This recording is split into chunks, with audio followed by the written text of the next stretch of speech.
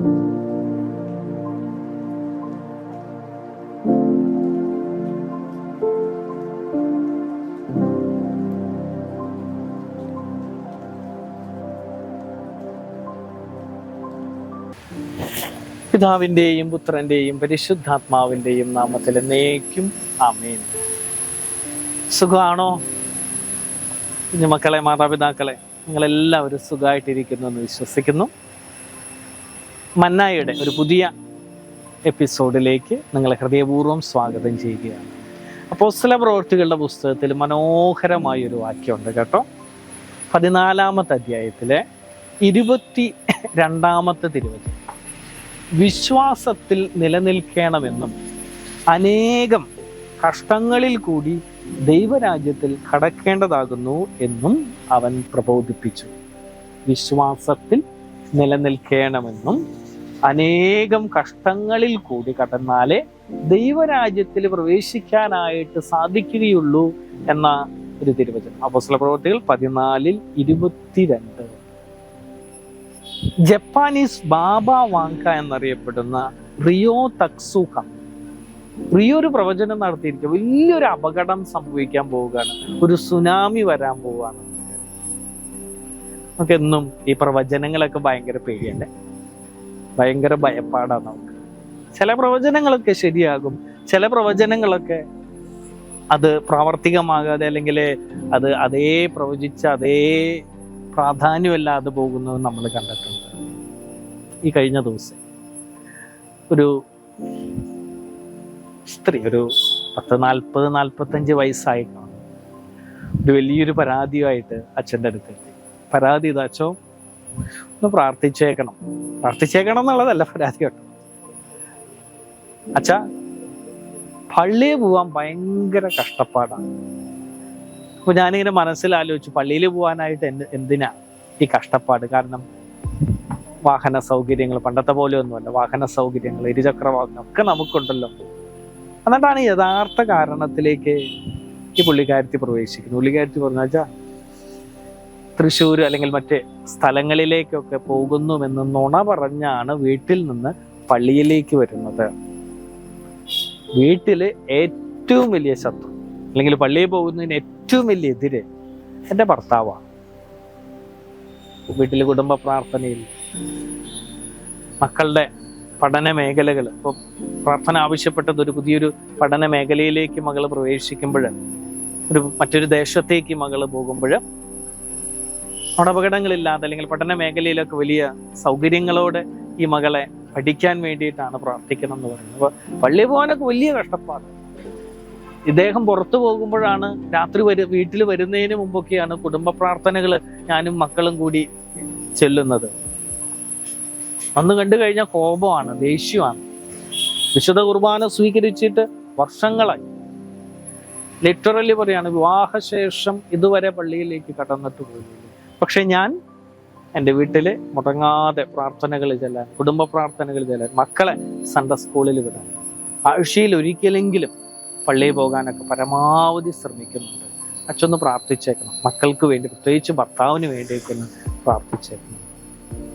ഞാൻ ഈ ദാസിക്ക് വേണ്ടി പ്രാർത്ഥിച്ചതിന് ശേഷം എടുത്ത ഒരു വചനഭാഗമായിരുന്നു കേട്ടോ. അപ്പോസ്തല പ്രവൃത്തികളുടെ പുസ്തകം 14-ാം അധ്യായത്തിൻ്റെ 22-ാമത്തെ വാക്യം, വിശ്വാസത്തിൽ നിലനിൽക്കണമെങ്കിൽ അനേകം കഷ്ടങ്ങളിലൂടെ നാം കടന്നു പോകേണ്ടതാകും. കഷ്ടപ്പാടിൻ്റെ പ്രവചനങ്ങൾ നമുക്ക് ചുറ്റും നടക്കുമ്പോഴാണ്, നമ്മൾ കേൾക്കുമ്പോഴാണ്, ഒരു കാര്യം മാത്രം നിങ്ങൾ ഓർത്തുകൊള്ളുക, വിശ്വാസം പരീക്ഷിക്കപ്പെടുമ്പോൾ നിങ്ങൾക്കതിൽ സ്ഥിരത ലഭിക്കും. വലിയൊരു കാര്യമാണ്. നിങ്ങൾക്ക് ഏറ്റവും കൂടുതൽ ഞെരുക്കങ്ങളും ബുദ്ധിമുട്ടുകളും കഷ്ടപ്പാടുകളും വരിക കൂടുതൽ പ്രാർത്ഥിക്കുമ്പോഴായിരിക്കും കേട്ടോ. തമ്പുരാനോടൊന്ന് അടുത്ത് നോക്കിയേ, എവിടെ നിന്നില്ലാത്ത ബുദ്ധിമുട്ടുകളായിരിക്കും, ഞെരുക്കങ്ങളായിരിക്കും. അത് തമ്പുരാൻ തന്നെ പറയുന്നു, എൻ്റെ അടുത്തേക്ക് വരണമെങ്കിൽ ഒരു ഇച്ചിരി ബുദ്ധിമുട്ടൊക്കെ നീ സഹിച്ചു നോക്കും. ഞാൻ ഇന്നലെ കഴിഞ്ഞ ദിവസങ്ങളിൽ പറയായിരുന്നു, ഈജിപ്തിൽ നിന്ന്, ഫറവോന്റെ അടിമത്തത്തിൽ നിന്ന് പാലും തേനും ഒഴുകുന്ന കനാൻ ദേശത്തേക്ക് 40 സംവത്സരമാണ് കർത്താവ് നടത്തിയത്. ജിയോഗ്രഫിക്കലി നോക്കുമ്പോൾ ഒരു 15-20 ദിവസം മാത്രം പോട്ടെ, ഒരു മാസത്തെ മാക്സിമം 1 മാസത്തെ യാത്രകൾ. അവിടേക്കാണ് 40 വർഷം കർത്താവ് അവരെ നടത്തിയത്. പുതിയ നിയമത്തിലേക്ക് കിടക്കുമ്പോൾ നിനക്ക് കണ്ണിന് ആ കുരുടനോട് യേശു ക്രിസ്തു പറയും, നിനക്ക് കാഴ്ച ലഭിക്കണമെങ്കിലേ എൻ്റെ തുപ്പലം കൊണ്ടുള്ള ചേറ് നിന്റെ കണ്ണിൽ പെരിട്ടത് ശീലോഹം കുളത്തിൽ പോയി കഴുകണം. ഒരിച്ചിരി വളഞ്ഞ് മൂക്ക് പിടിക്കാനായിട്ട് ഇങ്ങനെ ഇടും. എൻ്റെ കർത്താവിനെ കുറിച്ചാണ് ഞാൻ പറയുന്നത്. വിശ്വാസം ഒരു നമ്മുടെ ഈ ഹൈവേ പോലെ 6 വരി 3 വരി 2 വരിയൊക്കെ പോലെ ഹൈവേ പോലെ ഇങ്ങനെ പരന്ന് കിടക്കുന്നതൊന്നുമല്ല. കുണ്ടുണ്ട്, കുഴിയുണ്ട്, ചില ബ്ലോക്കുകളൊക്കെ ഉണ്ട്, ചില തടസ്സങ്ങളൊക്കെയുണ്ട്, ചില പരീക്ഷണങ്ങളുണ്ട്, ചില പ്രലോഭനങ്ങളുണ്ട്. നോമ്പിന്റെ ആദ്യ ദിനങ്ങളിൽ ചിലരൊക്കെ വരും 50 ദിനം മദ്യപിക്കരുതെന്ന് വലിയൊരു തീരുമാനം എടുത്തിട്ടുണ്ട്. നല്ല കാര്യം ചേട്ടാ, പക്ഷെ അതല്ല വിശേഷം. ആ തീരുമാനം എടുത്ത് ഒരാഴ്ച കഴിയുമ്പോഴേക്കും ഇതുവരെ കാണാത്ത കൂട്ടുകാരൻ എൻ്റെ അടുത്തേക്ക് വരും. സൗജന്യമായിട്ട് ഓഫറുകളാണ്, പാടാ പോയേക്കാം, ഒന്ന് കൂടിയേക്കാം എന്നൊക്കെ പറയും. ചില ഭക്ഷണ സാധനങ്ങളിൽ നിന്നുള്ള തീരുമാനം എടുത്തിട്ടുണ്ട്, വർദ്ധിക്കും, നടക്കുന്നില്ല.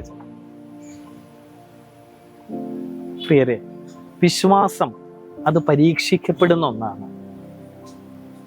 ഞാൻ എപ്പോഴും പറയും, നമ്മളൊക്കെ എപ്പോഴും നല്ല വിശ്വാസമുള്ളവരാണ്. ഞാനും നിങ്ങളൊക്കെ ഞങ്ങൾ വിശ്വാസമുള്ളവരാണ്. ഞാൻ ഓർക്കുന്നുണ്ട്, സ്റ്റാറ്റസുകളാണ് വലിയ വിശ്വാസത്തിൻ്റെ കേട്ടോ. ഇവിടെയൊന്നുമല്ല. എങ്ങും കടൽ തീരങ്ങളിലുള്ള ചില തീർത്ഥാടന കേന്ദ്രങ്ങളിലേക്കൊക്കെ പോയിട്ടുള്ള ചില മനോഹരമായ സ്റ്റാറ്റസുകളൊക്കെയാണ് ഇട്ടിട്ടുള്ളത്. അപ്പോൾ ഞാൻ ആലോചിക്കുമായിരുന്നു, ചിന്തിക്കുമായിരുന്നു, നമ്മുടെ മുറ്റത്ത് കിടക്കുന്ന അല്ലെങ്കിൽ നമ്മളോട് ഏറ്റവും അടുത്ത് കിടക്കുന്ന നമ്മുടെ ഇടവക ദേവാലയത്തിലേക്ക് കടന്നു ചെന്ന് അവിടെ വിശുദ്ധ കുർബാന സ്വീകരിക്കുക, അല്ലെങ്കിൽ വിശുദ്ധ കുർബാനയിൽ പങ്കെടുക്കാതെ, നമ്മുടെ ഇടവകയിൽ അല്ലെങ്കിൽ സഭയിൽ നടക്കുന്ന പരിശുദ്ധമായിട്ടുള്ള ശുശ്രൂഷകളിൽ പങ്കെടുക്കാതെ ഏത് തീർത്ഥാടന കേന്ദ്രങ്ങളിൽ പോയി നിന്റെ വിശ്വാസം കാണിച്ച് നിനക്കെന്ത് ഗുണം കിട്ടും? പോകണ്ടാന്നോ അല്ലെങ്കിൽ അതിൻ്റെ ആധികാരികതയെക്കുറിച്ചൊന്നും അല്ല അച്ഛൻ പറയുന്നത്. പക്ഷെ നമുക്ക് കയ്യെത്തിപ്പിടിക്കാവുന്ന ഏറ്റവും അടുത്ത് നിൽക്കുന്ന എൻ്റെ ഇടവക ദേവാലയത്തിൽ പോകാതെ നമ്മൾ എവിടെ പോയിട്ടും അത് വിശ്വാസമല്ല. അവിശ്വാസത്തിന്റെ മേഖലയാണ് മക്കളെ, അവിശ്വാസത്തിന്റെ മേഖല തന്നെയാണ്. പക്ഷെ നമ്മൾ ഏറ്റവും അടുത്തുള്ള നമ്മുടെ സഭയുടെ ഇടവകയുടെ ദേവാലയങ്ങളിലേക്ക് ശുശ്രൂഷകളിലേക്ക് കടന്നു ചെല്ലുമ്പോഴാണ് കൂടുതൽ അനുഗ്രഹങ്ങൾ നമുക്ക് ലഭിക്കുക. പലപ്പോഴും നമുക്കൊക്കെ തോന്നി ഇക്കരെ നിൽക്കുമ്പോൾ അക്കരെ പച്ചയാണ്. പല ധ്യാന കേന്ദ്രങ്ങൾ, പല പ്രത്യേകമായിട്ടുള്ള തീർത്ഥാടന സ്ഥലങ്ങൾ, അവിടെയൊക്കെ പോയാൽ നമ്മുടെ അനുഗ്രഹങ്ങൾ കൂടുതൽ കിട്ടുന്നു. കിട്ടാതൊന്നും ഇരിക്കത്തില്ല. പക്ഷെ ഇടവകപ്പള്ളിയിൽ പോകാതെ നീ എവിടെ പോയാലും അത് അനുഗ്രഹത്തിന്റെ നീർച്ചാലുകളെ തടസ്സപ്പെടുത്തിക്കൊണ്ടാണ് നീ മറ്റു മേഖലകളിലേക്ക് ചെല്ലുന്നത്. കുടുംബ പ്രാർത്ഥനയില്ലാതെ, വിശ്വാസത്തിൽ എൻ്റെ മക്കളെ വളർത്താതെ എത്ര തീർത്ഥാടന കേന്ദ്രങ്ങളോ അല്ലെങ്കിൽ എത്ര തന്നെ യാത്രകൾ നടത്തിയാലും വിശുദ്ധ സ്ഥലങ്ങൾ സന്ദർശിച്ചാലും അതുകൊണ്ട് വലിയൊരു മാറ്റമൊന്നും നമ്മുടെ ജീവിതത്തിൽ ഉണ്ടാകില്ല കേട്ടോ. പരീക്ഷിക്കപ്പെടട്ടെ വിശ്വാസം, അതിൽ സ്ഥിരത ലഭിക്കട്ടെ. അപ്പോസ്തലപ്രവൃത്തികൾ 14:22 വിശ്വാസത്തിൽ നിലനിൽക്കണമെങ്കിൽ അനേകം കഷ്ടങ്ങളിലൂടെ കടന്നു പോകണം. ഞാൻ നേരത്തെ പറഞ്ഞ പോലെ ദാസി ഭർത്താവിനോട് ചെറിയ കള്ളൊക്കെ പറഞ്ഞിട്ട് പള്ളിയിലിരിക്കുന്നു. അതുപോലെ തന്നെയൊക്കെ വിശ്വാസം സ്ഥിരപ്പെടുന്നത്. കാരണം 2000 വർഷം പഴക്കമുള്ളതാണ് നമ്മുടെ വിശ്വാസം. കേരളത്തിൽ ഏറ്റവും പുരാതനമായ സഭാ സമൂഹമാണ് കൽദായ സഭ. ഈ വിശ്വാസത്തിൽ നിൽക്കാൻ ചില കഷ്ടപ്പാടുകളിലൂടെ കടന്നു. ദൈവം നമ്മെ അനുഗ്രഹിക്കട്ടെ. മനോഹരമായ ഒരാഴ്ച ആകട്ടെ. ഒരാഴ്ച വിശ്വാസത്തോടുകൂടി ജീവിക്കാൻ ദൈവിക അനുഗ്രഹങ്ങൾ കൊണ്ടുവന്നറിയാം. പരിശുദ്ധാത്മാവിന്റെ കൃപ നമ്മോടുകൂടി ഉണ്ടായിരിക്കട്ടെ. ആമേൻ. പ്രത്യേകം പ്രാർത്ഥിക്കുക. ഈ ദിനങ്ങളിലെല്ലാം കർത്താവിന്റെ വലിയ അനുഗ്രഹം, വിശ്വാസത്തിന്റെ നിറവില് വിശ്വാസി സമൂഹമായിരിക്കാൻ പ്രത്യേകം നമ്മൾ പ്രാർത്ഥിക്കുക. ഇന്ന് കണ്ണുകൾ അടച്ചൊന്ന് പ്രാർത്ഥിക്കുക. ഞങ്ങളെ പരിപാലിക്കുന്ന ഞങ്ങളുടെ പൊന്നു പിതാവേ, വിശ്വാസത്തിൽ നിലനിൽക്കാൻ ചില കഷ്ടപ്പാടുകളൊക്കെ വരുമ്പോൾ പിറുപിറുത്തുകൊണ്ട് ആ വിശ്വാസത്തിൽ നിന്ന് ഓടിയകലാതെ തീർത്ഥാടന കേന്ദ്രങ്ങളോ മറ്റ് വലിയ വലിയ ധ്യാന കേന്ദ്രങ്ങളോ എൻ്റെ ഇടവകയിലുള്ള എൻ്റെ സഭയിലുള്ള വിശ്വാസമാണ് അങ്ങയിൽ നിന്നുള്ള അനുഗ്രഹം പ്രാപിക്കുന്നതിനുള്ള ഏറ്റവും അടുത്തുള്ള മാർഗമെന്ന തിരിച്ചറിവോടെ സഭയിൽ, എൻ്റെ കുടുംബത്തിൽ, എൻ്റെ ഇടവകയിൽ സജീവ വിശ്വാസത്തോടെ പ്രാർത്ഥിക്കുവാനും പ്രവർത്തിക്കുവാനും അങ്ങയുടെ കൃപ ഞങ്ങൾക്ക് നൽകണമെന്ന് പ്രാർത്ഥിക്കുന്നു. ഞങ്ങളുടെ പ്രാർത്ഥന കേട്ടതിന് അങ്ങയോട് നന്ദി പറയുന്നു. ഇപ്പോഴും എല്ലായ്പ്പോഴും എന്നേക്കും. ആമേൻ.